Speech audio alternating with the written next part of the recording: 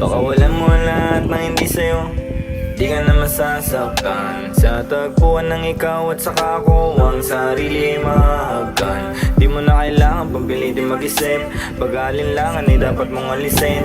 Huwag kang maghinala sa harap na salamin, kailangan mo matutunan ng sarili mahalin bago ibahagi pag-ibig sa iba. Huwag kang magpatali sa iyong nadarama. Kung hindi pa kaya, huwag masyado sagarin.